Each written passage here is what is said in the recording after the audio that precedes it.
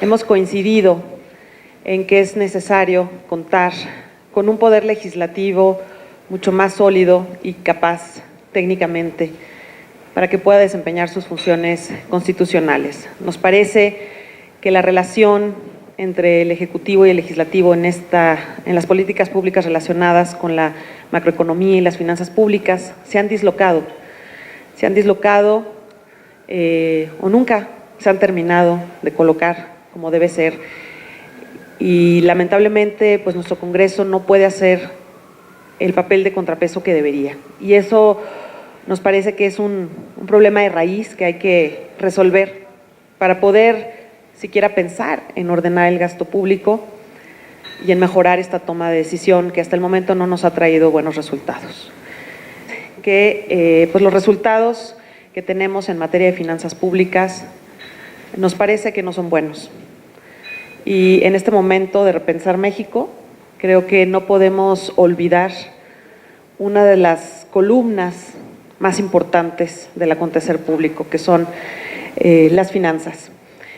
Hay que decir que esas promesas hechas en documentos oficiales del paquete económico pues nunca se cumplieron, y que realmente fue hasta que Banjico le entregó recursos muy cuantiosos a la Secretaría de Hacienda y Crédito Público el año pasado, estamos hablando de más de 300,000 millones de pesos, y que se decidió que sí se usaran para ese fin, como disminuir el endeudamiento, fue que empezamos a observar desde 2008 una caída en este saldo de deuda y este saldo en proporción al PIB. Y es un tema que requiere una revisión profunda que no se está haciendo. El Congreso no está llevando a cabo esta función y está realmente firmando, y ahorita vamos a ver, firmando cheques en blanco. La regulación actual es deficiente y además, pues, lo poco que hay en esa regulación tampoco se exige. Es claro que México no gasta lo que requiere en inversión pública, eso creo que todos lo sabemos, hay algunos que de pronto no lo reconocen, pero yo creo que pues no gastamos lo que requerimos en ese sentido, y incluso McKinsey, que hizo un estudio muy interesante sobre inversión pública, por ahí arrojó un número y decía que se está gastando, se está dejando de gastar, digamos, para cerrar la brecha que México tiene en infraestructura, y que más o menos se gasta el 60% de lo que tendría que gastarse. No estoy casada con ese número, lo pongo como referencia, pero es clarísimo que no estamos gastando lo que se requiere. Y lo que vemos es que estos dos equipos no están balanceados. Tenemos por un lado un equipo mucho más profesional que otro, y más bien nos está faltando equipo del otro lado, que en ese caso sería el Congreso, ¿no? O sea, Hacienda sí tiene su equipo, pero del otro lado nos hace falta equipo, y nos hace falta el portero.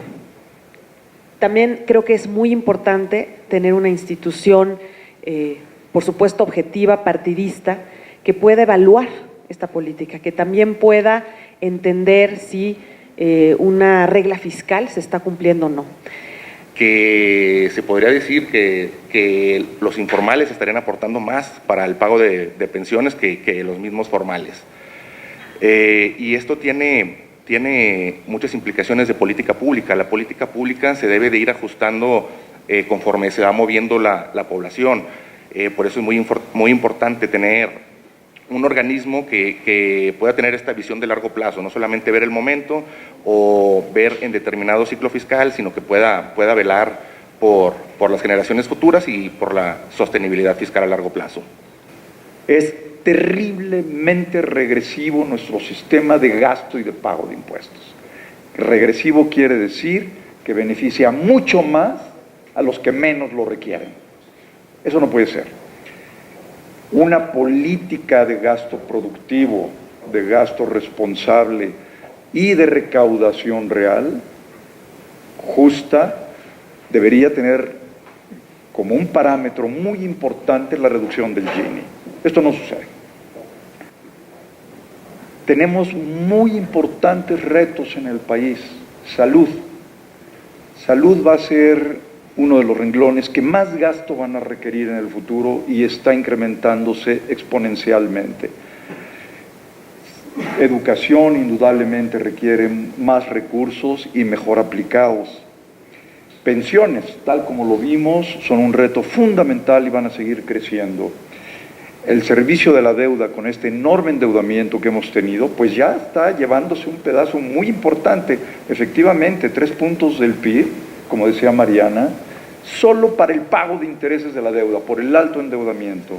Por otra parte, nos preocupa también el asunto del servicio profesional de carrera. Nos interesa que sea, y que en realidad exista, con base en méritos y no con base en las amistades que uno pueda tener con el personal o determinado diputado o senador dentro del Poder Legislativo. Necesitamos un servicio profesional basado en la meritocracia y no en el compadrazgo. Presupuestario no solamente nosotros no pretendemos que haya opiniones técnicas solamente cuando se presenta el paquete económico en septiembre, sino que hay una serie de momentos a lo largo del ciclo presupuestario, los trimestrales, la presentación de la estructura programática, los precriterios de política económica, en donde debería haber una opinión técnica sobre lo que está diciendo el Ejecutivo. El problema es que cuando estos documentos se van presentando a lo largo del año, no existe una opinión con respecto a esto de parte del Legislativo y por tanto, pues el Legislativo deja de tomar muchas decisiones o de hacer su contrapeso efectivo al Poder Ejecutivo en términos del control democrático del presupuesto.